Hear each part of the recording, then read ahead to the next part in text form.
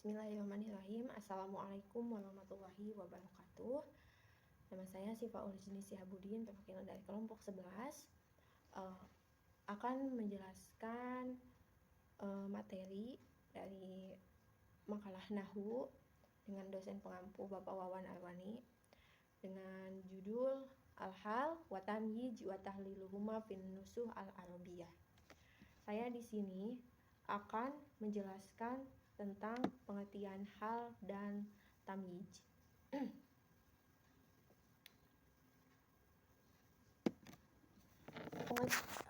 Satu, pengertian hal.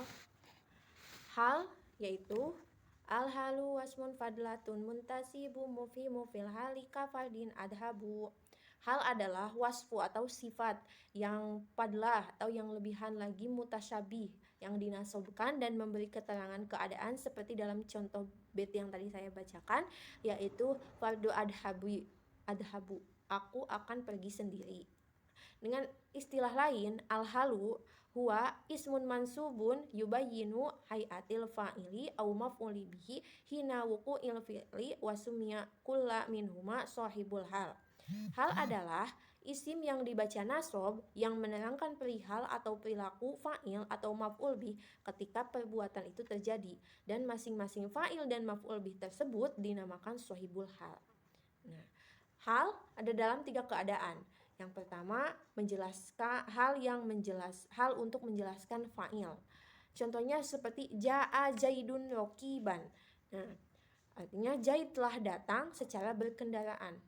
Lapad rokiban di sana berkedudukan sebagai hal dari lapad Zaidun. Nah, yang menjelaskan keadaan Zaid waktu kedatangannya menggunakan kendaraan. Nah, seperti yang terdapat di dalam firman Allah Subhanahu wa taala dalam Quran surat Al-Qasas ayat 21, yaitu fakharaja minha khaifan, maka keluarlah Musa dari kota itu. Nah, lafadz khaifan di sana berkedudukan sebagai hal fa'il dari lafadz kharaja. Kharaja itu masuk fi'il yang menjelaskan keadaan Musa waktu keluarnya. Nah, yang kedua adalah ada hal untuk menjelaskan maf'ul bih.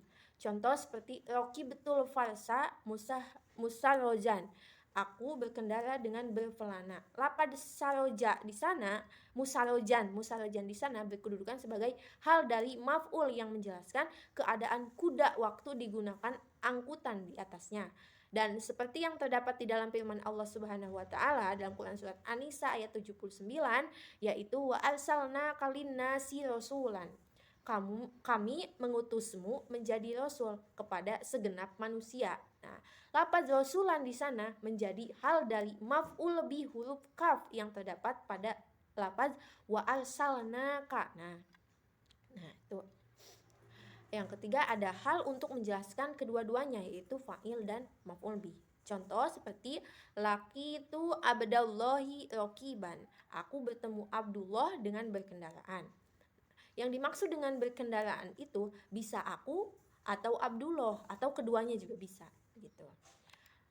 Selanjutnya yaitu pengertian tamyiz. Secara etimologi atau bahasa, kata tamyiz berasal dari kata mayyaza. Ia merupakan bentuk masdar dari fi'il tersebut. Dalam kamus disebutkan bahwa mayyaza berarti memisahkan sesuatu dari yang lain atau mengutamakan sesuatu daripada yang lain. Jadi diutamakan gitu. Tamyiz berfungsi untuk menjelaskan atau menghilangkan kekaburan atau ketidakjelasan dari apa yang dimaksud kata atau kalimat sebelumnya. Misalnya, istaroitu isrina kitaban. Nah, saya membeli 20 buku. Kata-kata ini masih bersifat umum. Bisa berarti 20 buku, 20 majalah, 20 pulpen, dan lain-lainnya. Namun setelah ada kata kitaban, maka sudah jelaslah yang dimaksud buku atau yang dimaksud buku dan keluarlah yang lain. Inilah yang dimaksud tamyiz dalam bahasa Arab. Nah, sedangkan tamyiz dari segi terminologi atau istilah yaitu ismu nakirotin yudakiru tafsirul mubhami min datin au nisbatin. Isim nakiroh yang dituturkan untuk memperjelas kesamaan suatu zat atau suatu nisbah. Sedangkan Al-Ridho dalam bukunya Lughatul Arabiyah mengatakan bahwa tamyiz yaitu huwa ismu nakirotin zamidu mutadomina ma'ali min yufassiru wa yubayyinu ma qabluhu min ismi datin au jumlatin. Tamyiz adalah isim nakiroh yang mengandung arti yang menjelaskan kata-kata sebelumnya.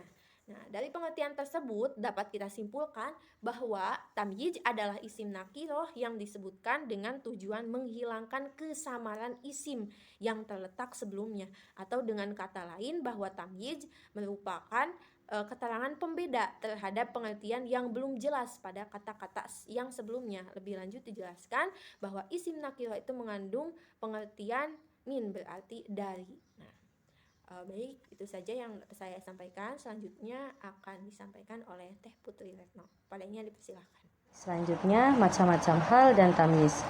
Macam-macam hal. Yang pertama, hal berupa isi mufrad. Hal mufrad yaitu isi mansub yang disebutkan untuk menjelaskan keadaan fi'il dan maf'ul bih. Contohnya, ja'a Zaidun raqiban. Telah datang Zaid dalam keadaan berkendara. Lafadz raqiban adalah isi mufrad. Yang kedua, hal berupa jumlah ismiyah. Contohnya, hadoro yufu wal mudifu ghaibun.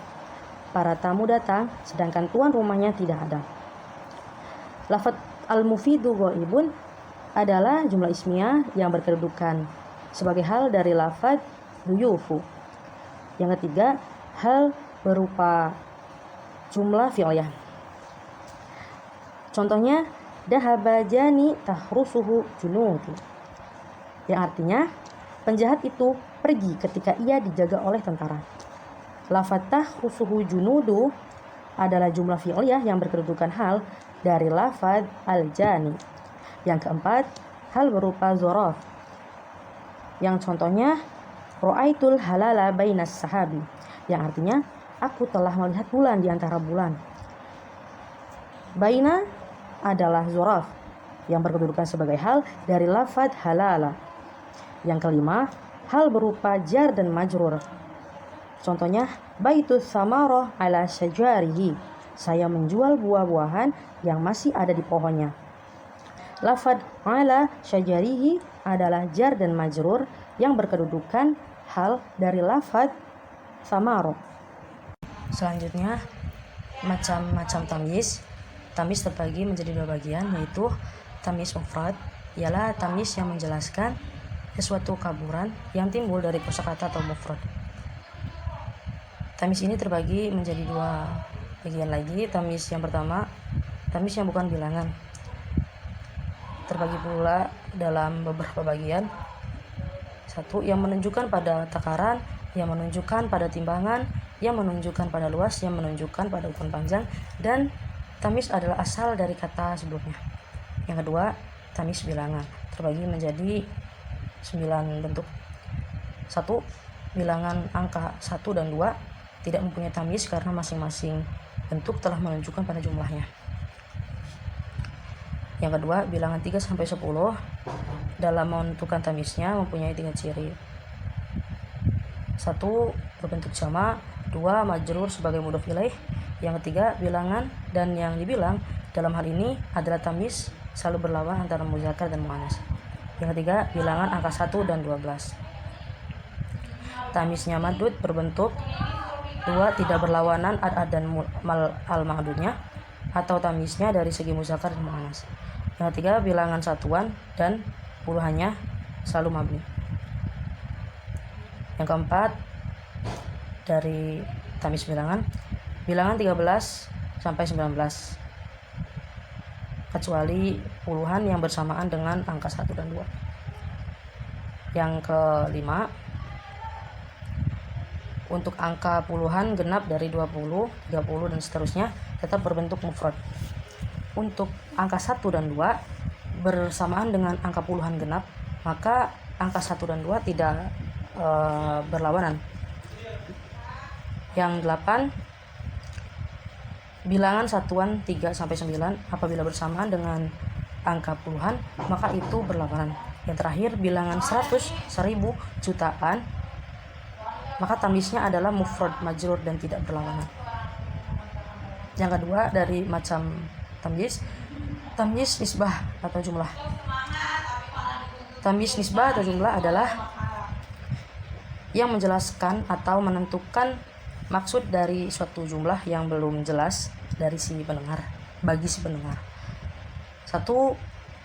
Tamyiz yang berasal dari kata fungsi yang lain dan dikenal juga dengan istilah tamyiz mahawal dan tamyiz mangkul, artinya dialihkan dan dipindahkan. Yang kedua, tamyiz yang tidak dialihkan dari posisi yang lain menjadi tamyiz goiro mangkul, seperti kalam seseorang ingin mengungkapkan rasa kekagumannya kepada orang lain. Nah, itu adalah syarat-syarat tamyiz. Nah, syarat tamyiz itu ada 5. Yang pertama adalah sebuah isim atau kata di luar kata kerja, bukan fiil gitu kan, harus isim. Kedua adalah kondisi i'rabnya itu harus nasab. Yang ketiga memperjelas atau bukan menambah bingung, jadi tamyiz itu memperjelas. Nah, yang keempat adalah berupa isim nakirah. Yang kelima adalah dimasukkan ke dalam kalimat setelah mubtada dan khobar gitu dalam bentuk keterangan atau kata kerja. Berarti itu, mungkin itu saja yang dapat kelompok kami sampaikan, kurang dan sangat kurangnya mohon maaf ya. Semoga ada manfaatnya. Ditutup, billahi taufiq wal hidayah. Assalamualaikum warahmatullahi wabarakatuh. Oke, selanjutnya akan sedikit menerangkan masalah hal, syarat-syarat hal dan tamyiz. Yang pertama syarat hal dulu. Yang pertama itu syarat hal harus isim nakirah. Nah, syarat hal yang pertama adalah harus isim nakirah. Nah, tidaklah terbentuk hal itu kecuali nakirah. Nah, apabila nantinya ada hal dengan lafaz ma'rifat, maka harus ditakwil dengan lafaz nakirah. Nah, contohnya itu wahdah aminatu billah. Nah, aku beriman kepada Allah. Nah, kata wahdah itu adalah isim ma'rifah secara lafaz, tetapi ya ditakwil oleh nakirah. Nah, dengan perkiraannya itu amantu billahi mufradan. Nah, dalam hal ini juga dalam Alfiyah Abu Malik pun dikatakan dan kiruhu maknan ka wahdaka ijtihad walhalu inu urifa lafdan fa'taqid. Nah, hal itu jika ma'rifah secara lafaz maka yakinlah bahwa ia terbentuk nakirah secara makna, seperti contoh wahdakal tajhid gitu. Yang selanjutnya syarat hal adalah sesudah kalimat yang sempurna. Nah, ketika ada hal itu sebelumnya itu kalamnya itu harus tam seperti itu, ataupun kalam yang sempurna terbuat dari misalkan mubtada atau khobar seperti itu. Jadi tidak bisa setengah-setengah. Nah, yang ketiga adalah ada sohibul hal, itu pelaku halnya. Nah, pelakunya itu harus berupa ma'rifat. Nah, syarat halnya adalah nakirah tetapi pelakunya itu harus ma'rifat. Nah,